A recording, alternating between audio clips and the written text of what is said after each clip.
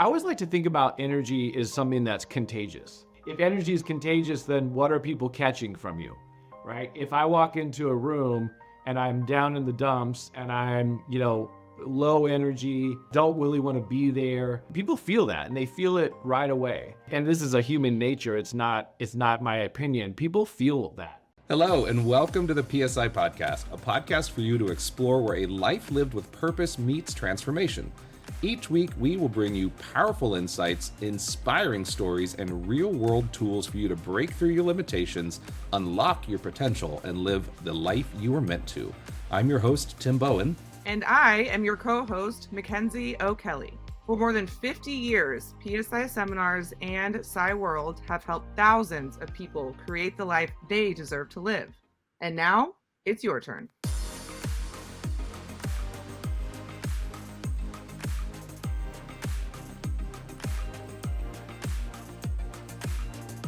Well, thanks for tuning in to the PSI Seminars podcast. My name's Tim, joined by Mackenzie. We are your co-hosts for this wonderful affair. We really appreciate you tuning in. PSI Seminars is a leader in the personal growth industry, going all the way back to 1973. Mackenzie and I have been around this work for a number of years, and we are so grateful today to be joined by Carson Johns, who attended his PSI Basics seminar roughly 25 years ago. Correct me if I'm wrong, Carson. He spent about 12 years as an area director in San Francisco for PSI Seminars, among other roles with us, supporting hundreds, if not thousands of people in getting into the PSI Basics seminar, our advanced courses, and just the growth throughout their lives. And since then, for a number of years now, Carson has been out on his own, an instructor in his own right, working with Fortune 500 companies all around the world. And, today we are talking about mastering magnetism. So who better to have than the master of magnetism himself, Carson? So Carson, what you got for us? Thanks, Tim. I appreciate it. Thanks for having me on. This is maybe podcast number 2 that I've ever done. So I'm very excited to be here. Very excited to be here. Good intro there. I would say this. I don't know that anyone's, first of all, ever mastered magnetism. And I also say that this is definitely not my actual area of expertise, but I was asked to do this particularly because somebody or some peoples believe that I've got a little bit of the charisma, a little bit of the magnetism. I think it said sexy, which is kind of embarrassing, but I did have them change that word to magnetism instead. So I do a lot of in front of the room stuff. I connect with people all over the world. And so I'll take the title as the master of magnetism, but I don't fully believe it. But we can work through that, I guess, in this podcast. Yeah, that's great. I mean, it's really just funny that the way you're kind of downplaying all of those attributes that you have, but you're magnetic and all of those other things. Yes, and I will claim proudly the one that said, if we need Carson to do a workshop, sexiness, magnetism, that's it. I appreciate it. Don't make me blush. Don't make me blush. So, Carson, you did a Psy Learning Lab for us recently, and on this very topic of mastering magnetism, and you presented 4 pillars of magnetism. So I think that's kind of the route we want to go in. And so for everyone listening in, for everyone watching, this is going to be a 4-episode series, and we've got 4 pillars. So it just seems right to start there. So I think your first one is energy and vitality. You want to tell us about that? Yeah, sure. Actually, hold on. Let's actually take a step back. How would you define magnetism, first of all? I mean, because you kind of downplayed yourself as being super magnetic. So let's start there. Let's just kind of define what makes a person magnetic.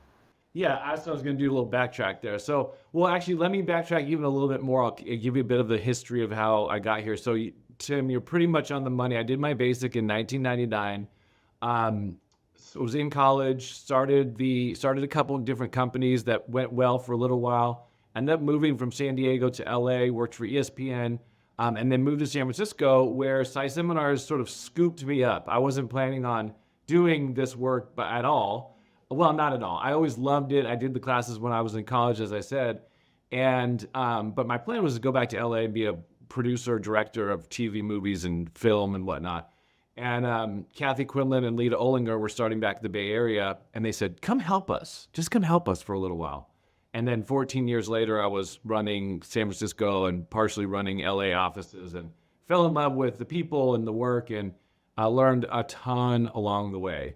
And so also learned a lot of what not to do, if that makes any sense. Lots of failure, lots of mistakes, lots of coaching and feedback, as you know. The PSI Seminars does a really good job in pointing out some of the things that we could work on, right? And so when you work for PSI Seminars, you get a lot of that really great feedback. And so I got a lot of that really great feedback, but really and truly just learned what it takes to connect with people from a stage, one-on-one, in person, in small groups, and learned a ton about human beings and dynamics in that whole process. I just wanted to pop in because I remember you telling a story years back. We've known each other for a long time. I mean, all three of us have. Yeah. It's just funny because I feel like I followed you a little bit. I took my basic in San Diego in 1999. I ended up in the Bay Area in 2006. And so just kind of followed right behind you. But I remember you telling a story years ago, and I think it was at a PSI Seminars Principia event, and you were chatting, I want to say it was with Bob Proctor. He was asking you a question, maybe about your car or something. And with that, however you replied, he was like, yeah, you should probably just quit your job then. And it just made me think of it because you're talking about the feedback that you get working in this industry, working in this area. Yeah, I'll give you the quick version. JC Wilhite always says whenever you get Bob Proctor in a room, you should, ask him questions about money. So I was up with Bob Proctor, just me and him doing something. And I was like, hey, Bob, I have a question for you about wealth and cars and stuff. And he's like, what do you want, Carson? And I said, I'm driving a used, Honda Accord or something, and it's paid off, and I wanted to know if I should get a new car with a car payment. And he goes, what do you do? And I go, I'm an area director for the San Francisco office. And he's like, you're an area director and you're asking me that question? And I was like, yeah, I just thought, I wanted to talk about wealth. He goes, you should probably quit your job. And goes on to say, like, if that's the question you're asking, then you're clearly not in the right position, because of course you should get a job. And then, a month later, I had a brand new Audi, A3. So anyways, I thank Bob Proctor for that, because he got me into the car of my dreams. So here's another quick one. I'll give you another quick one. I was up at the ranch doing a train the trainer when they were looking for new basic instructors. And I was up in front of the room doing a piece out of the basic. And Shirley Hunt walks in in her slow, graceful walk. That's also very scary and makes you sit up real tall. Yeah, oh boy. And I'm in front of the room talking to a bunch of people. And she just stands there for 30 seconds, a minute. And she goes, are you warming up for the opera? And I was like, it just totally thrown it back. I was like, no. And she goes, because all I can hear is me. And she just walked out the door. And I was just like, okay, so I guess it was talking about me more than I needed to talk about them. It was a good one. Anyways, those are the ones you remember, right? The ones that sting a little bit, but they're real good stories. Anywho, so I worked with PSI Seminars for 14 years and did quite a few different roles, but really learned, dynamics of people and connection with people. And I think a thread through my entire life was that I've always been a real big people person. I like people like me. My mom will tell you when I was 2 years old, I would walk into a room of strangers and just be like, hi, how's it going? And sort of that's kind of in my DNA. So I think I have that going for me when it comes to this type of work. And so part of it's just in the genetics. But also I think there's some very clear and specific things that people can do if they want to be more quote unquote magnetic. And I'll define that as really an attractiveness, but not an attractiveness in terms of the way that we look, but the ability to draw people in and the ability to really connect with people. You had talked about the 4 pillars, and what we discussed in the workshop was 4 pillars of energy, clarity, connection, and consistency. And so, yeah, we can talk about those. Would love to hear your examples and stories as well. But yeah, I mean, so I'll just be honest. When they asked me to do this, I just had to be like, what does that take? And no, I did a little chat GPT and I did a little Google search in, and then I thought about my own experiences. And those are the 4 that I came up with for this particular training or workshop. I'm sure there's tons of other things that go into it, but you know, in a 90-minute workshop, you can only cover so much. So we got 4 of these, and we'll talk about them a little bit more depth if you're up for it. Yeah, absolutely. So let's jump into the first pillar, energy. Yeah, for sure, for sure. So I always like to think about energy as something that's contagious. And you're either, you know, it's like what, if energy is contagious, then what are people catching from you, right? If I walk into a room and I'm down in the dumps and I'm, you know, low energy, don't really want to be there, people feel that and they feel it right away. And so before you even start talking, before anything interactive occurs, people, and this is a human nature, it's not my opinion, people feel that, right? You know what it feels like to be around somebody who's excited to be there, that is, you know, happy with themselves and with the people around them. You know what it feels like when somebody doesn't want to be there. And I think that energy level, it doesn't mean that you have to be high in the sky and super expressive and outgoing and extroverted. I think that can help in some cases, but the truth is that there's many different levels and versions of energy that's attractive energy. So, you know, you could take a look at like a Tony Robbins type guy, and he's loud and he's big and he beats his chest and, you know, gets 10 million people in a stadium and they're all jumping up and down. Like that's a certain type of energy. But then you'll take somebody else who's doing similar work, like a Deepak Chopra, who, if you've ever seen Deepak Chopra, he's like the most boring guy in the world, but he draws you in, right? And when I say boring, he's very monotone. He doesn't talk really loud. He sits quietly. So again, 2 totally different. It's like really grounded versus like that explosive, right? Yeah, and Because I I wouldn't think say also, that. like, when Yeah. it's too explosive, that almost pushes me away too. It's like, okay, it's almost like presentation or like theatrics that are just Yep. don't feel sincere. Yeah, or it's fake, right? I mean, and you've been in those rooms too where there's somebody up there performatively being the way that they're being. And like a Tony Robbins, like he can be real loud and big, but he can also be real grounded and real centered too, right?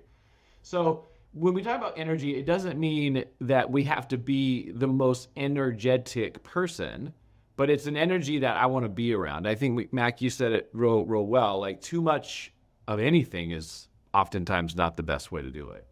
Yeah, you know, we've heard a lot around like walk into a room, everybody's got like a positive energy or a good energy, right? Like who knows really what that means.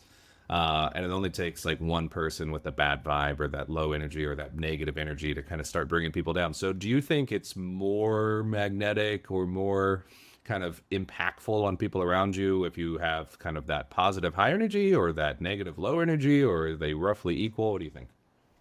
It's a good question. I think before I go to my opinion on that, one of the things that Max said that triggered something in me is also to think about your audience. Like, who am I talking to? And one of the ways that we start to build rapport and trust is to some degree, match energy, match body language, match volume, match eye contact. And we can also match, but then also bring people up or down, whichever way you go. You had that before too, where you're like, I'm feeling good. And someone comes in and like starts telling you about their day and you're going, oh God. And you start to go down the spiral with them, right? So your question about which is more contagious is a good one in that I don't know the answer to that. But here's what I'll say.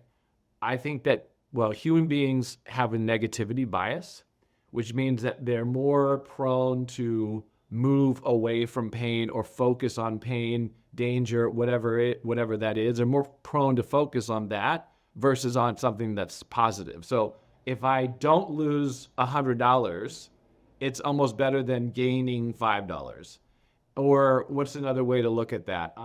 Well, I mean, you see it in media and social media, especially right now. Like, the things that go viral are the things that cause suffering and pain, right? And we are more attracted to that than we are to, you know, somebody buying somebody else a house or the mom a home or something. Now, both of those things get traction, but if you really take a look at the things that go viral, it's the stuff that's negative. So I don't know that there's an answer that which one's more, you know, contagious, but I do think that they both have a lot of power. And I think that it would depend sometimes on the other folks in the room. Like, do we allow that? Do we all focus in on that? And that's a dynamic that happens in groups regardless. So whenever you're in a group, you've got people who are deemed authority, or people have more influence in different areas. And so, I think the answer to that, which is the best part about my job, is the answer is always, it depends. Yeah. I don't know. Tell me more.